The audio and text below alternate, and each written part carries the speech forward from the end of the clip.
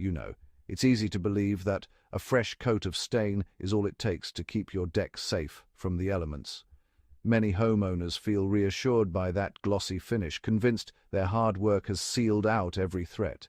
But honestly, the truth is a bit more complicated. What looks like protection on the surface can actually be an illusion, one that hides the real vulnerabilities of your timber. That expensive stain you just brushed onto your deck is already failing. You just cannot see it yet. While you stood back admiring that rich, warm finish drying in the afternoon sun, moisture was already probing the edges, looking for a way in, and it will find one. It always does.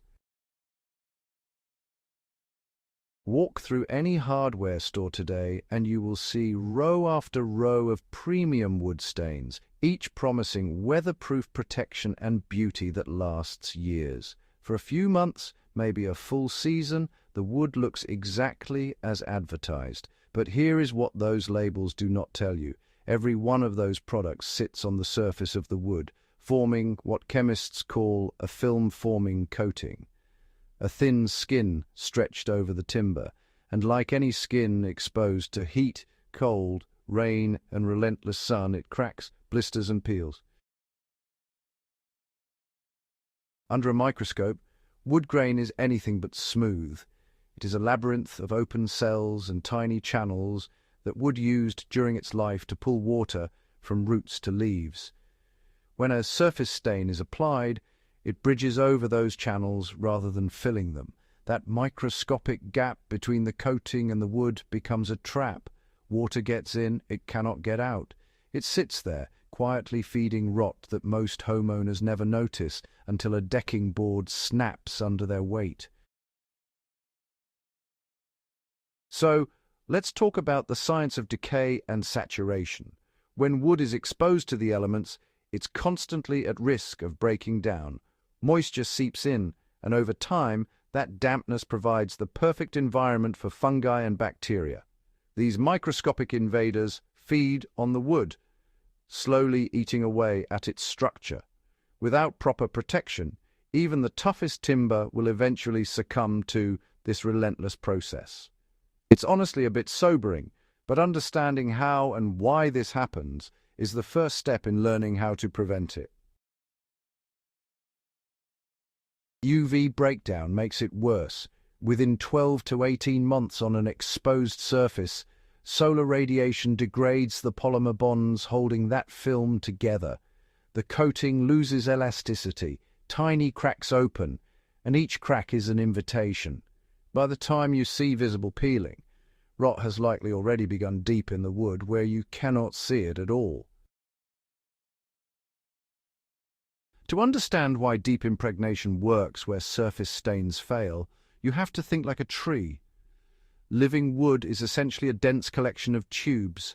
Sapwood, the younger outer layers of a log, is full of conducting vessels designed by nature to move water and nutrients efficiently. That same natural highway, once the tree is cut and milled, becomes the perfect delivery route for preservative compounds if you force them in correctly. Industrial pressure impregnation does exactly that. The timber is loaded into a sealed cylinder, air is vacuumed out, and a copper-based preservative solution is forced in under enormous pressure. That pressure drives the preservative through the sapwood's vessels, saturating the cellular walls and binding copper compounds directly to the cellulose fibers at a molecular level. Now, this molecular defense is what really sets pressure-treated timber apart, especially when it comes to ground contact.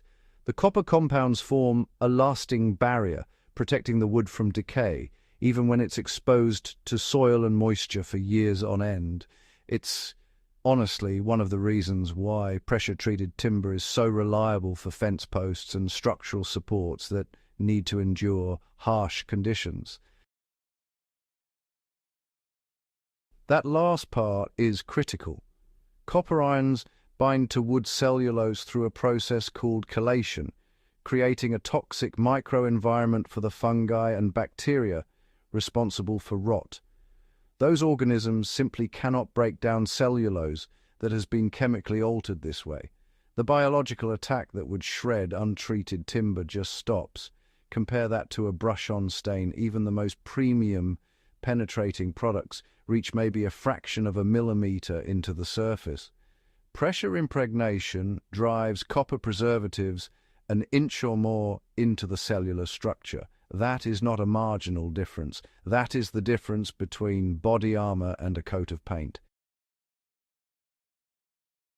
Now, let's move from the laboratory to the ground because, honestly, the most brutal test any timber faces is not the sun or even the rain, it's the soil.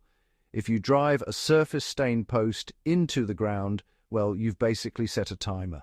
The earth holds moisture almost constantly, pressing against every surface, while dense microbial populations work continuously to break down any organic matter they encounter. To those organisms, an untreated timber post is simply a very large, convenient food source. Here's what actually makes surface treatment genuinely dangerous for structural applications. The rot begins not where you can see it, but down in the dark, wet contact zone between soil and timber. A surface-stained post can look perfect above ground while being hollow at the base, passing visual inspection for years. And then one winter, under the weight of a fence panel or the lean of a gate, it fails completely. It didn't rot on the outside. It rotted from the inside out, exactly where surface coatings offer zero protection. For centuries, people have understood that timber in contact with the ground needs more than just a surface treatment. Traditional builders, well, they often used heartwood from durable species or applied deep, penetrating preservatives, methods that, while more costly up front, saved time and resources in the long run. But modern economics often favor quick fixes and lower initial costs, even if that means accepting a much shorter service life for timber posts. It's a classic case of balancing historical wisdom against economic reality, and honestly, the stakes are higher than many people realize. This is not a new problem. When the great wooden-hulled warships of past centuries needed to survive years at sea, shipwrights developed methods of driving copper sulfate and pine tar deep into the grain through heat and pressure. The results lasted decades in the most corrosive environment imaginable. Today's industrial impregnation is that same philosophy refined by modern chemistry, achieving the same deep cellular protection with far greater consistency and longevity. Let's talk about money, because that is ultimately where most decisions are made. A premium deck stain costs between $1 and $2.50 per square foot to apply. Pressure-treated timber runs higher up front. On paper, the stain looks cheaper. But that calculation ignores the maintenance cycle attached to every surface-coated project. A stained deck needs recoating every 2 to 3 years. Sanding, cleaning, drying, recoating. Each cycle costs money and time. Over 10 or 15 years, the surface-stained deck has cost significantly more than the impregnated alternative, which typically requires nothing more than cleaning. Over a 20 to 40-year service life, the economic argument for deep impregnation becomes overwhelming. There is also a misconception worth addressing. Many homeowners assume pressure-treated timber cannot be stained or finished aesthetically. That is simply not true. Impregnation functions as the ultimate structural primer. Once the timber dries after treatment, it accepts breathable pigmented oils and top coats extremely well. The difference is that the top coat is now doing only aesthetic work, not structural work. When it eventually weathers, the timber underneath remains fully protected. You are no longer racing against rot. You are maintaining appearance on your own schedule. When we talk about building for generations, we're really talking about creating something that stands the test of time. It's not just about the materials or the methods, but about the mindset behind the work. You want your effort to matter, to last, and to be appreciated by those who come after you. That kind of legacy Well, it starts with making the right choices from the very beginning. Before you buy timber for any outdoor project, one thing is worth knowing. True pressure-treated timber carries a quality mark and end tag identifying its retention level, the actual amount of preservative driven into the wood. Look for that tag. Dip-treated or brush-treated timber, often sold as simply treated at hardware stores, is not the same thing. Dip treatment achieves only shallow penetration and offers nowhere near the protection of industrial pressure impregnation. If a supplier cannot show you the retention data, assume the treatment is superficial. There is something deeply human about wanting to build things that outlast you. A fence, a deck, a structure your children will use and their children after them. That instinct deserves better than a surface coating that surrenders after 18 months of UV and a few wet winters. The technology to build things that truly last has existed in various forms since ancient shipbuilders figured out that the difference between a hull that survived and one that sank was what was inside the wood, not what was painted on top. Deep impregnation is an honest solution.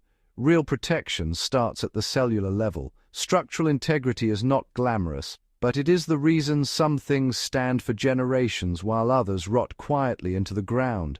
If this kind of deep thinking about why things work, why they last, and what history teaches us about real durability speaks to you, hit that like button and share this with someone about to make an expensive surface coating mistake. Subscribe to The Survival Historian because there is a lot more where this came from.